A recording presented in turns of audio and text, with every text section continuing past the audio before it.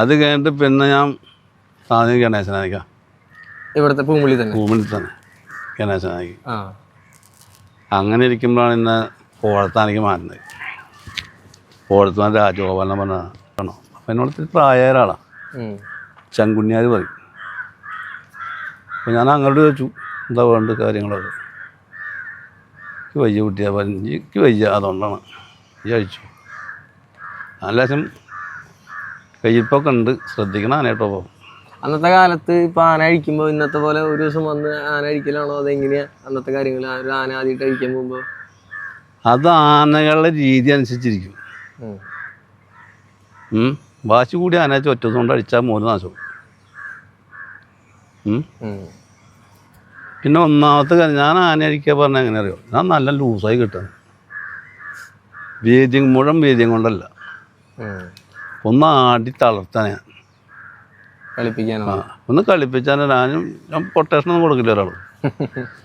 ഞാൻ അന്നത്തെ ഒരാൾക്ക് കൊട്ടേഷൻ കൊടുത്ത് ആന അയച്ചിട്ടുമില്ല. ഞാൻ ഉണ്ടാവും എൻ്റെ കൂടെ ആരാച്ചാ വരും.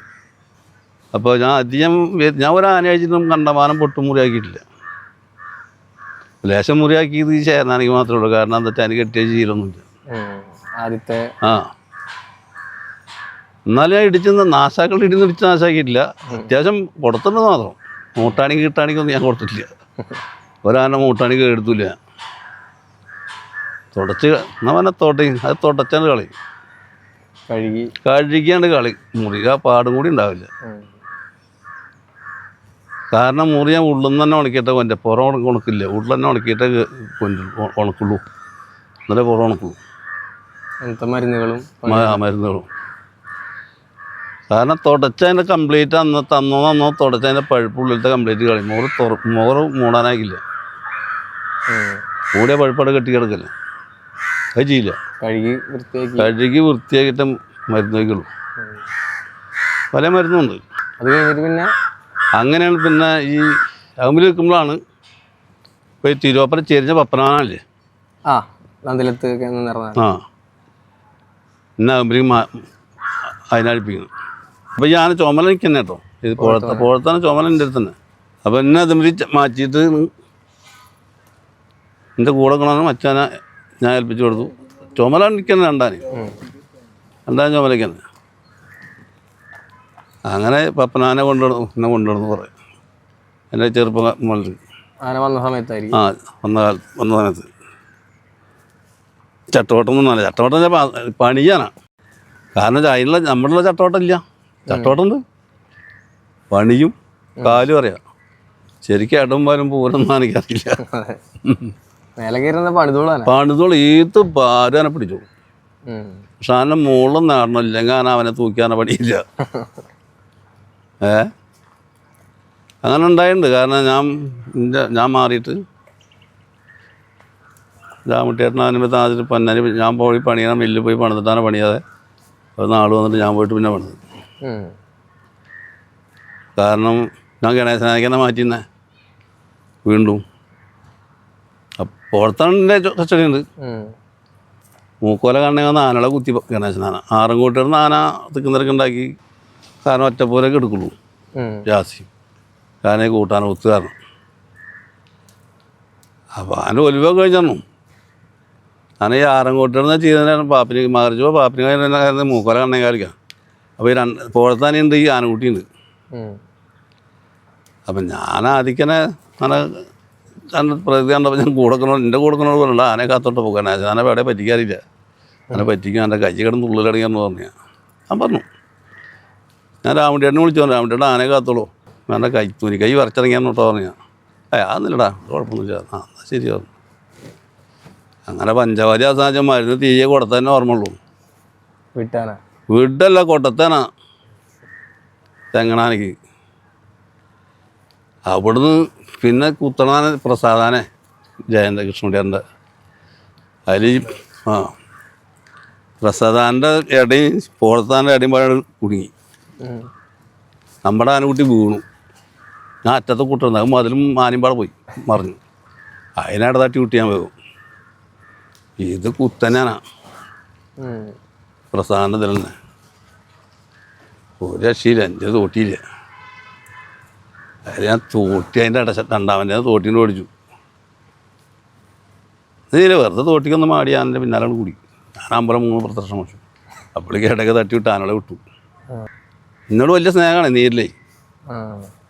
നീര് കഴിഞ്ഞാൽ എന്നെ കണ്ട വെള്ളം കുടിക്കില്ല, അങ്ങനെ തോന്നുന്നു. അങ്ങനെ പിന്നീട് ആയതാ. അങ്ങനെ ആന ഇവിടെ കൊടുത്ത് കെട്ടി. അപ്പോൾ തമ്പുരാനോട് വിളിച്ചു, ഉണ്ണിത്തമ്പനെ വിളിച്ചു പറഞ്ഞിടാ തൽക്കാലം പോയി ഗണേശനാക്കി മാറണം 10 പരിപാടി എടുക്കണം, മകരമാസം കഴിക്കണം. അല്ല തൽക്കാലം നേരാ അങ്ങോട്ട് മാറട്ടെ, രാമൻ അങ്ങോട്ട് മാറിക്കോട്ടെ പറഞ്ഞു. ഞാൻ പറഞ്ഞു അത് വേണം, അതിനിപ്പോൾ അതിനെ മതി.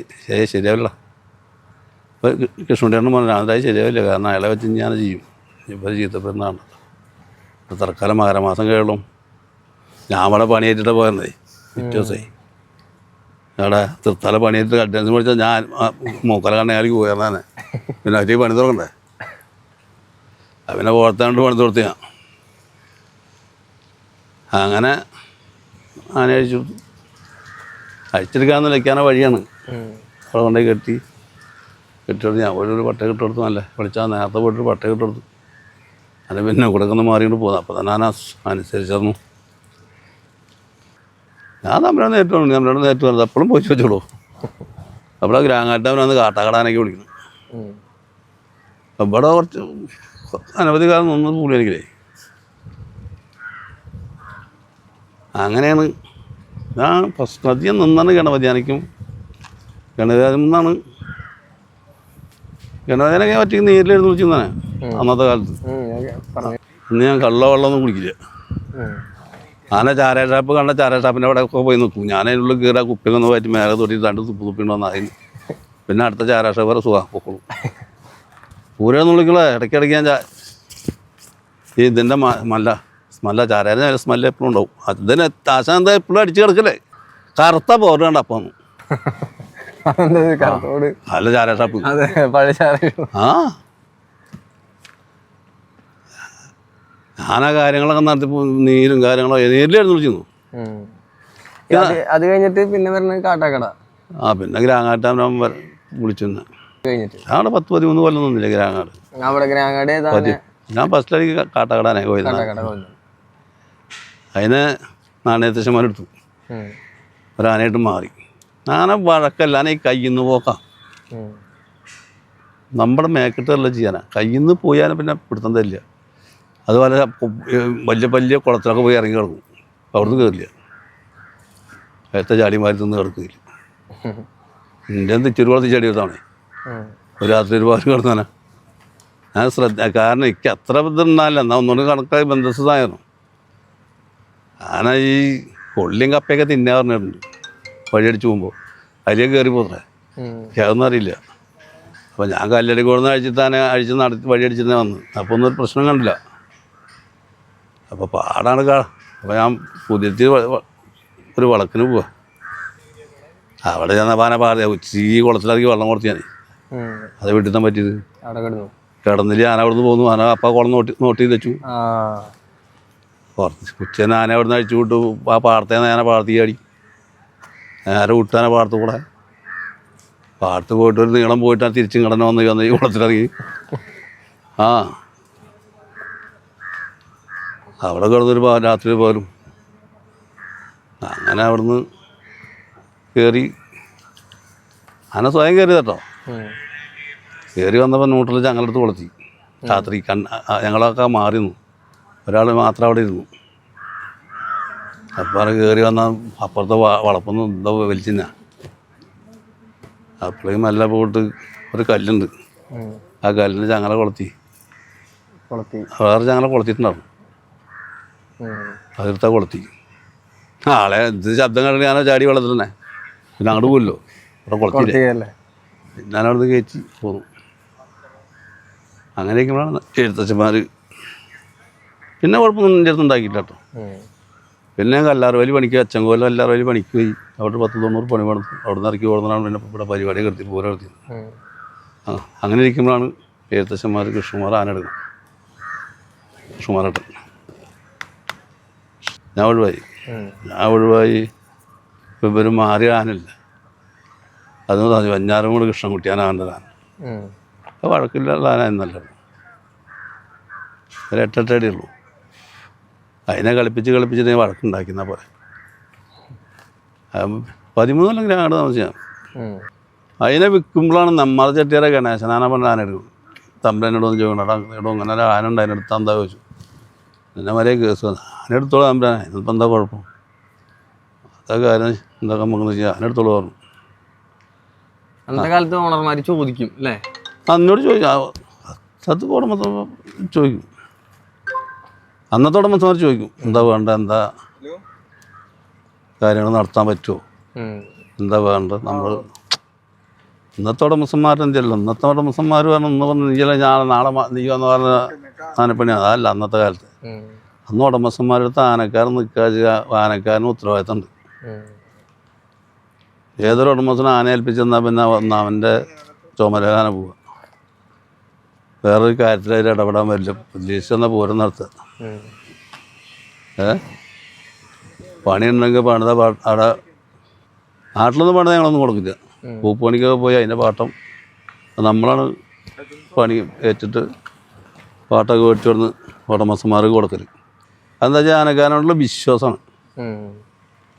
ഇന്നതല്ല, ഇന്നിപ്പോൾ ആനക്കാരന് വിശ്വാസമില്ല, ഉടമസ്ഥന് വിശ്വാസമില്ല പോലെ. അത് നമ്മുടെ കാശാകുറിച്ചി മണിയേട്ടനാണ്, സതീശൻ്റെ അച്ഛൻ. സതീശൻ്റെ അച്ഛൻ ഇപ്പോൾ പാമ്പാടി അറിയില്ല, അവൻ്റെ അച്ഛനാവും. അപ്പം എനിക്കന്ന് ആന കഴിക്കാൻ സത്യം പറഞ്ഞ പേടിയുണ്ടായിരുന്നു. കാരണം വെച്ചാൽ ഒരു 10-30 കൊല്ലം കയറി ആനയെ. കാരണം കുട്ടിക്കാലം മുതൽ അവർ ഏട്ടനും അനിയനാണ്. ആ ആന ലേശം കച്ചറ നമുക്കറിയാം. അനുഭവങ്ങൾ നമ്മുടെ അടുത്ത് ഉണ്ടേനും. കാരണം ഇവിടെ പരിപാടിക്ക് വന്നിട്ട് തിക്കും തിരക്കുണ്ടാക്കിയിട്ട് ഒരു വാൽപ്പാറ പണിക്ക് പോകും. അതൊക്കെ നമുക്ക് നല്ല അനുഭവമാണ്. ഒരു കൊല്ലം നമ്മുടെ ചിറക്കിൽ വന്നിട്ടാണ് ആ തിക്കും തിരക്കുണ്ടായിട്ട് കയറ്റി കൊണ്ടുപോയി. ആന നമ്മൾ മനസ്സ് കാണാനും ആന ചെയ്ത് കാണിക്കും. അതാണ് ആന. അപ്പോൾ ഇവർ നിൽക്കുക, എന്നോട് പറഞ്ഞു നിൽക്കണില്ലേ, ഞങ്ങൾ പറഞ്ഞു നിൽക്കണില്ലേ പറഞ്ഞു. മൂപ്പര് പയ്യനെ ആനപ്പണിക്കില്ല, പയ്യനെ പഠിച്ചിട്ട് ആനപ്പണിക്ക് വയ്യ, ഇനി പയ്യനെ പഠിച്ച് കറവായി നിൽക്കുകയാണ് വീട്ടിൽ, പണിക്കൊള്ളില്ല. പിന്നെ പാകല്ലല്ലോ. അപ്പോൾ പിന്നെ ആനെ കെട്ടി ഞാൻ പറഞ്ഞു എന്നാൽ കെട്ടിക്കാറ് തമ്മിൽ വന്നാൽ പണി പോവാതെ വന്നാൽ പിന്നെ ആനെ കെട്ടിക്കുക, നിർത്തിയിട്ട് കാര്യമില്ല. പിന്നെ അപ്പം നമ്മളതിനെ വെറുതെ അപ്പം തമ്പുരാൻ ചോദിച്ചു മണി എന്തായിരുന്നു ചോദിച്ചു. ഞാൻ പോണ തമ്പുരാനെ പറഞ്ഞു, എന്നാൽ ആനെ കെട്ടിക്കൂടെ പറഞ്ഞു. അപ്പം ഞാനാനെ കെട്ടാൻ നല്ല സൗകര്യമൊക്കെ നോക്കി വെച്ചിട്ടുണ്ടാവും. കാരണം ആനെ കെട്ടിയാൽ ചീരില്ല, ഇവരെ ഏട്ടനു മാത്രമേ ഉള്ളൂ. അനവധി കാലമായിട്ട് ഇതിനെന്താ ചരിത്രം നമുക്കറിയില്ലല്ലോ. ആന ലേശം കയ്യിരിപ്പുള്ള ആനയാണ്. ഡബിള് നാടിയാണ്. ആ ഒറ്റ നാടിയൊന്നല്ല, ഡബിള് നാടിയാ. മുറിച്ചാന മുറി കൂടുക, അങ്ങനത്തെ സാധനമായി. അപ്പം ഞാനൊരു സുഹൃത്ത് ആനയെ കെട്ടി, ഇവർ കെട്ടി.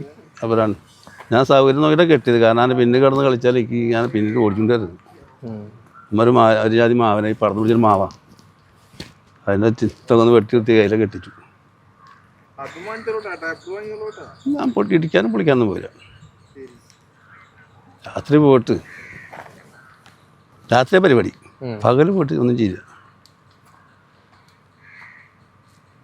സംഗതി വിചാരിച്ച നല്ല വേണ്ടെന്ന് മനസ്സിലാകുന്നില്ല. ഒരു 10 ആനയ്ക്ക് അങ്ങനെ ചാടാൻ പറ്റിയില്ല. കാരണം എന്താ വെച്ചാൽ വേര് തുറച്ചിട്ടുണ്ട്. കൊമ്പ് കളയാനാണ്. ചങ്ങല നടക്കില്ല, ചങ്ങല പറ്റും. അപ്പോൾ ചങ്ങല കോരാൻ പറ്റിയില്ല. ഞാനൊരു വേര് തുളച്ച് അതിൻ്റെ ഉള്ളിൽ നടന്നു. ചങ്ങലാണ്ട് കോരാൻ പറ്റില്ല, ചാടാനും പറ്റില്ല. അതിൽ മര്യാദയ്ക്ക് ഒരു 10 കൊടുത്തപ്പോൾ ഇരുന്ന് രാത്രിയല്ലേ, ചിക്കൻ തിരക്കും ബഹളമൊന്നുമില്ല. ഞാനും ചെക്കന്മാരാണ്, നമ്മുടെ ചെക്കന്മാർ മാത്രമേ ഉള്ളൂ. ഇടത്തോര ഇരുന്നാണ്, വല്ലത്തോരാൻ ആണാച്ചിരിക്കുന്നില്ല. കുറച്ച് കഴിഞ്ഞാൽ വലത്തോറും ചെക്കന്മാരോട് വിളിക്കാൻ വന്നു. അപ്പം നോക്കുമ്പോൾ പൊട്ടുമുറിയൊന്നുമില്ല. ഞാൻ പൊട്ടുമുറി ആക്കിയില്ല, കാരണം അടിക്കാൻ പറ്റിയ നാണക്കല്ലേ. കാരണം ഇത്രയും കൊല്ലം കയറി, പിന്നെ അതിനെ ഇടിച്ച് അടിക്കാൻ ഞാൻ അടിച്ച് മാറ്റാൻ പറ്റിയില്ല പറഞ്ഞാൽ നാണക്കേടായില്ലേ.